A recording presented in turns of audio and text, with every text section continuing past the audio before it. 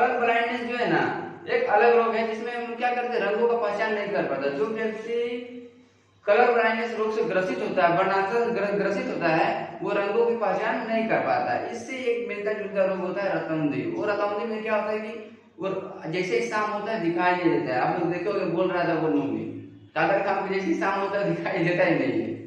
ठीक है, तो वर्णांतर जिसको बोलते हैं इंग्लिश में कलर ब्लाइंडनेस बोलते हैं। ठीक है, कलर ब्लाइंडनेस। ठीक है ना। अब व्यक्ति जो है कलर मतलब का रंग को पहचान नहीं पाएगा। ठीक है ना। वर्णांतर जो है ना, याद रखिएगा, ये जो है एक्स गुणसूत्र से संबंधित रोग है। ठीक है, मतलब वर्णांतर जो रोगी होता है, तो वर्णांतर रोग का जो कारक होता है वो एक जीन पर पाया जाता है। ठीक है, होता क्या है ना, इस रोग में होता क्या है कि आंखों की जो रेटिना होती है, ठीक है, आंखों के रेटिना, आंखों के रेटिना में पाया जाता है कोन सेल। ठीक है ना, कोन सेल पाया जाता है। शंकु कोशिकाएं को हिंदी बोलते हैं। तो ये शंकु कोशिकाएं क्या हो जाती है ना, ये खत्म हो जाती है, मतलब इसका संख्या कम हो जाता है, क्योंकि ये रोगी जो होता है क्या होता है, वर्णांतर रोग से ग्रसित होता है। ठीक है ना, तो कोन सेल खत्म हो जाता है या कम हो जाता है।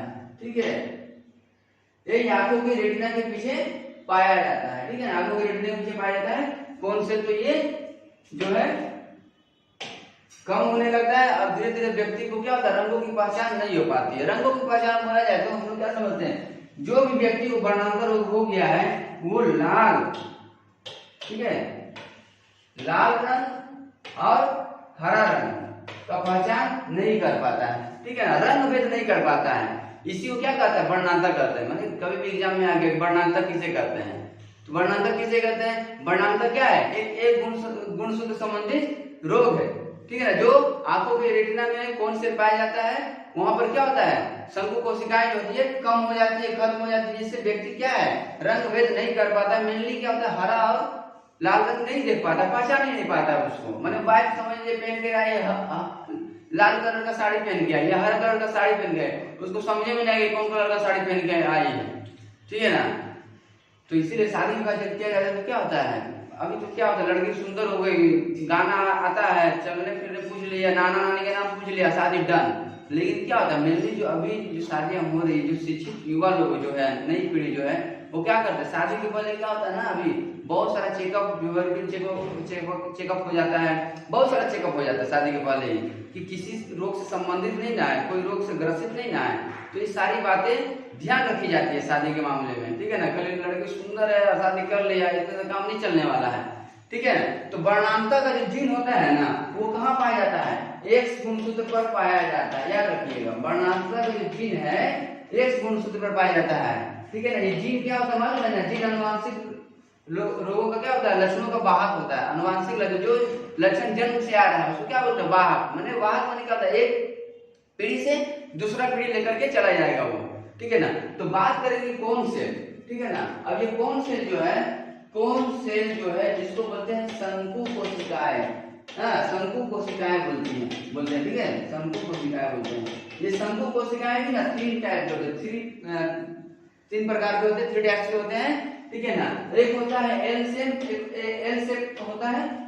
ठीक है, एल शेप, या एल कौन शेप बोला जाता है। एक होता है एम शेप, एक होता है एस शेप। ठीक है ना, एल शेप के द्वारा जो होता है ना, एल शेप माने इसका आकार एल, अंग्रेजी अक्षर एल के जैसा दिखने को मिलेगा। तो एल शेप में क्या होता है ना, व्यक्ति लाल रंग का पहचान नहीं कर पाता है।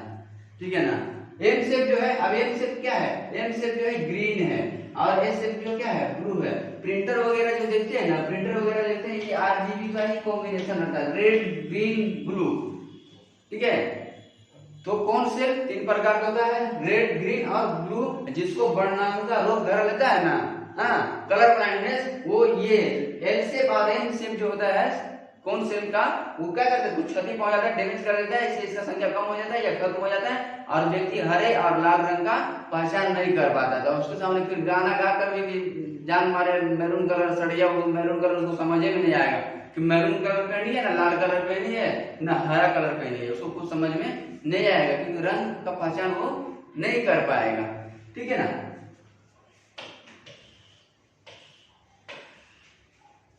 यदि मैंने देखा क्या रहता है ना, यदि पिता को, ठीक है ना, फादर को। हाँ, पिता को यदि कलर ब्लाइंडनेस है, सी भी लिख दे रहे हैं ना, पिता को मैंने सी मैंने कलर ब्लाइंडनेस, पिता को यदि कलर ब्लाइंडनेस है, ठीक है, तो वो पिता को यदि कलर ब्लाइंडनेस है तो क्या होता है, जो लड़कियां जन्म लेती, डॉटर, DAUGHT, डॉटर, डॉटर जन्म लेगी, पुत्री जो जन्म लेगी, उसमें क्या होगा, कलर ब्लाइंडनेस देखा जाएगा।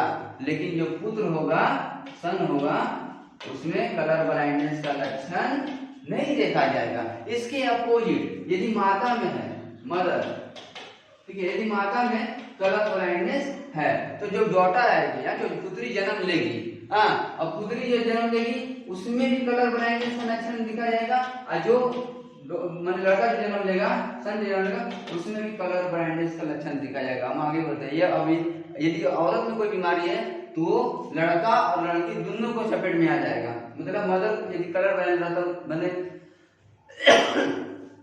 वर्णांतर रोग से ग्रसित है तो लड़का और लड़की दोनों को हो जाता है, ठीक है ना। यहाँ पर देखेंगे एक और टॉपिक देखेंगे कि जैसे समझ लीजिए कि पिता नॉर्मल है, फादर नॉर्मल है, माने पिता को कलर ब्लाइंडनेस नहीं है, लेकिन मदर को माने माता को कलर ब्लाइंडनेस है, ठीक है।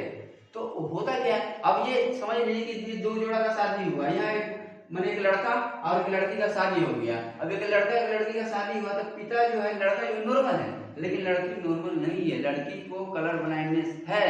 तो ऐसा स्थिति में क्या होता है ना, जो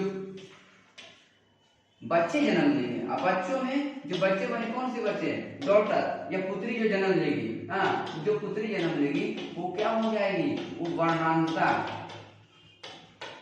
वर्णांतर रोग का वाहक हो जाएगी, वाहक, ठीक है, वर्णांतर रोग का वाहक, माने उसके जीन में क्या होगा, वर्णांतर के लक्षण पाए जाएंगे, ठीक है ना। अब उसका जिससे शादी होगा, संभोग से समझ लीजिए कि अब ये लड़की का माने ये कलर ब्लाइंडनेस से ग्रसित लड़की का, फीमेल लिख रहे, कलर ब्लाइंडनेस से ग्रसित लड़की माने वाहक है, ठीक है, मतलब इसके जीन पर कलर ब्लाइंडनेस के लक्षण पाए जा रहे, वाहक है, ठीक है, और उसका शादी कोई मेल से होता है, नॉर्मल मेल से, मतलब नॉर्मल बोला जाए तो उस आदमी के जिसको मतलब कलर ब्लाइंडनेस नहीं हुआ है। तो ऐसे में क्या हो जाता है ना, जो पुत्री जन्म लेगी उसको कलर ब्लाइंडनेस हो जाएगा, वर्णांतर हो जाएगा, और जो बॉय होगा उसको कलर ब्लाइंडनेस या वर्णांतर रोग नहीं होगा। आए बात समझ में? तो क्या देखने को क्या समझ में क्या आ रहा है कि फादर नॉर्मल है और मदर को कलर ब्लाइंडनेस है, मन बाहर नहीं, यहाँ पर है तो क्या होगा, पुत्री को हो जाएगा, पुत्र को नहीं होगा। और यही पुत्री जो वाहक है, वर्णांतर रोग का जो वाहक है, यही यदि किसी और से शादी कर ले रही है, बड़ा होकर के कर रही है, तो जितना भी गर्भ होगा सबको वर्णांतर रोग कर लेगा, लड़का इसका चपेट में नहीं आएगा, ठीक है। तो आई होप ये वीडियो आप लोगों को बहुत ज्यादा हेल्पफुल करेगा स्टडी में। इस तरह वीडियो आप इस वीडियो को जरूरतमंद स्टूडेंट के साथ शेयर करिए। मिलते हैं अगली वीडियो में, तब तक के लिए जय हिंद, वंदे मातरम।